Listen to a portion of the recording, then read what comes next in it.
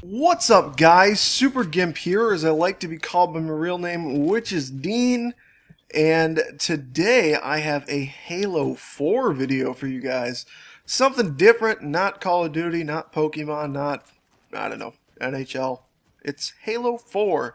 And I haven't uploaded a Halo video since my very first video, which was a Halo Reach video. But what I want to talk about in this video is, should you buy Halo 4? And this is coming from a Call of Duty fan perspective, because I know the majority of you guys who are subscribed to my channel are subscribed for Call of Duty content. So you're Call of Duty fans. You might have played Halo, you might not have, but I have played Halo before. This isn't going to be for some of you Halo fans. Some of you guys have come across this video. This video isn't coming across from the point of I'm a Call of Duty fan and therefore we need to change everything about this game. It's bad, it needs perks, it needs nukes, it needs Call of Duty things. I mean, no, I understand the dynamic of Halo, I understand how it works, and this is coming from a Call of Duty perspective, just in the sense of I'm a Call of Duty fan. I know most of the people on my channel are Call of Duty fans, and they're probably thinking about maybe picking up Halo. And, you know, so I'm just going to give them my perspective and some pros and cons of the game that I have found so far.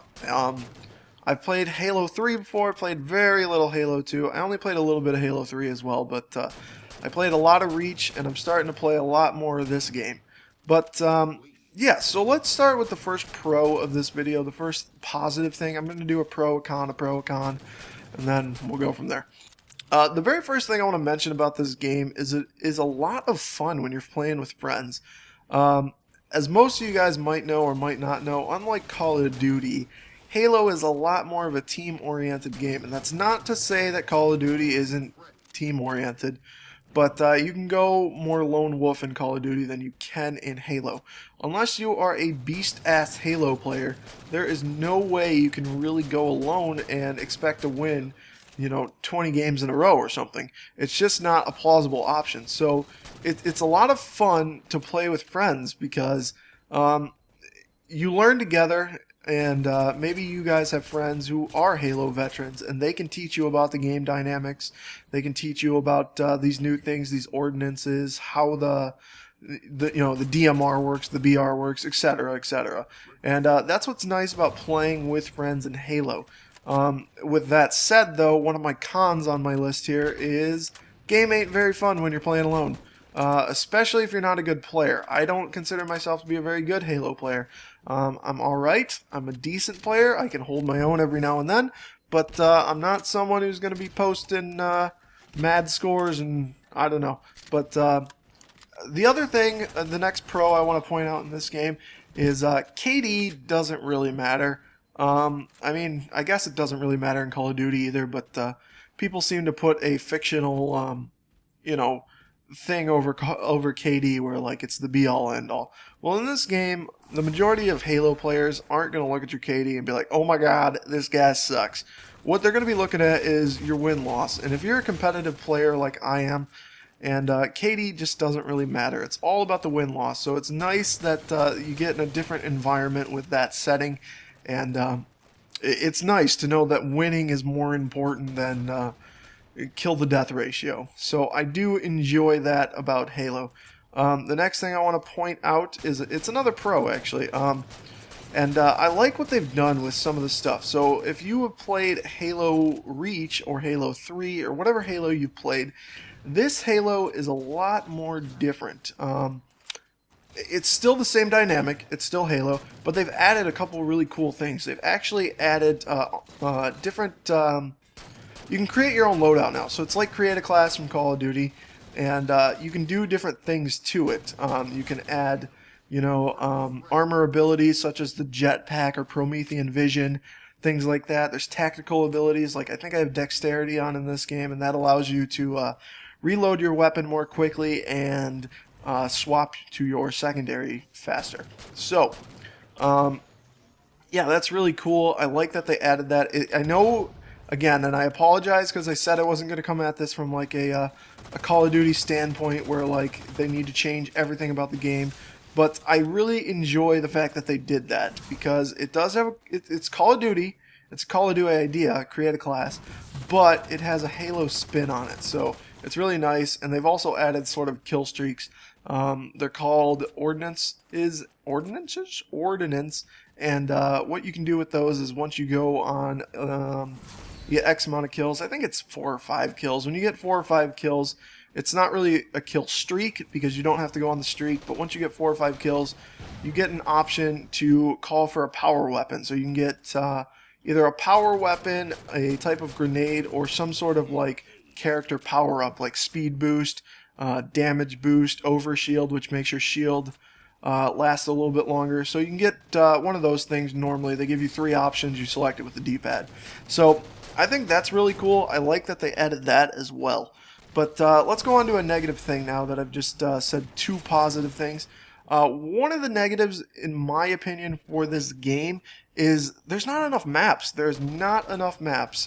This game only released with probably, I don't know, 6 to 8 maps at most, and I don't like that because now you know what's going to happen. They're going to whore out the DLC, and I mean, I understand the purpose of DLC. It's fine, but you should make the game with the purpose of the game being perfectly functional, or not necessarily functional, but really good if there wasn't DLC. DLC should just be add-ons. It shouldn't be a addition to the game that could potentially, I don't want to say make or break it, but what I'm getting at is there should be more maps because it can get really stale playing the same maps over and over again, especially if you don't like some of them. And there's a couple maps I really don't enjoy. I like this map mostly because this building is an extreme power position. Like most Halo games, if you get to the highest point of the map, you're pretty set, but that building to my right is just a super power position. I really like going up there and using my DMR. The next thing I'm going to say, another negative, is weapons. The weapons are very well balanced, and that's great, but I wish there was a little bit more variety. Everything almost kind of feels the same carbon copy. So basically the DMR, and this is the BR that I picked up. I started with the DMR. It's a single shot. It's 4 to the body, 1 to the head. Same thing with the BR, which is a burst fire weapon. So while you might be shooting different, you might be using a single shot, you might be using a burst fire, to me it feels the same. And I know Halo's always been that way, so that might not be one thing that the big fans don't want to change, but I would love to see more weapons in Halo. They've added a lot more weapons to the game now because you can do that create a loadout, create a class type of deal. So they actually have added some weapons to the game, and like I said, they are very well balanced. So like the assault rifle in Halo Reach really wasn't that good, but in Halo 4, the assault rifle is actually a really good weapon, and so it's actually very usable. And that's pretty cool, but I'd like to see a little bit more weapon variety in the future. Don't know if that'll be a DLC as well, but I would like to see some more weapon variety in this game, because for the most part, all I really see anyone use is a DMR or a BR. And I threw that grenade at that, whatever you want to call that, the like portal thing, and yeah. Like I said, I'm not the best Halo player in the world, so don't expect to come to my channel looking for some crazy Killionaire or something. You're not going to see that. Not the best Halo player in the world, but I do enjoy the game. Excuse me. Excuse me. The other thing that I wanted to say about this game is that, wow, I completely forgot what I was going to say. I don't really remember what I was going to say, but I like this game. I really do. I remember what I was going to say now. I was basically going to say that if you started playing Halo by playing Reach, don't take the Halo series for granted then. Because everything I've heard from a Reach player or a Halo enthusiast is that Reach is not Halo. I mean, it is Halo, but it was a really slow-paced game. It just didn't feel like Halo. And to me, this game does feel a lot more quicker paced. And I don't want to say it feels like Halo because I didn't play a lot of Halo 3, so I don't really feel that I get to merit that opinion, but that's everything I've heard from friends of mine who play Halo, other YouTube commentators. For the most part, it seems like Halo 4 is a lot more like a classic Halo than Halo Reach was. So if you just first started out on Reach, at least try this game. So yeah, let's get to the final verdict now, though, on whether you should buy the game. I will never tell anyone specifically you should buy this game unless it is truly, truly amazing. With that said, it's going to come down to your opinion if you want to try something new. There's definitely going to be a skill gap if you've never played Halo before. You're probably going to get beat up on the first month, probably. I mean, it's a hard game. It's a difficult game. But I would definitely advise you at least trying it out, because I don't know how many more Halos they're going to make. They changed the studios now, and this is 343 instead of Bungie. Bungie has made all the other Halos, so I mean, I guess we could see more Halos, but I don't know how many are left, and I would honestly advise you picking up this game and trying it out at least. So at the very least, rent it, and I'd throw it on like a Christmas list or something. If you got family, a significant other, someone who's going to buy you a gift, and you're looking for something, you don't really know what you want, Halo 4 is a good option. Would I say buy it over Black Ops? I don't really know. That's also for you guys to decide. It all depends on what your flavor is, I guess you could say. I mean, if you've never played Call of Duty, you've never played Halo, and you're thinking about picking up one, ultimately it comes down to what you want to try. I don't think either of them are better than the other, because they both offer different things. They're not the same game. And yeah, but I really enjoy Halo, and I'm honestly, on my channel for you guys should probably expect to see a little bit more Halo, because I want to improve with this game. I want to get better at it, and I want to be better at a different first-person shooter than just Call of Duty.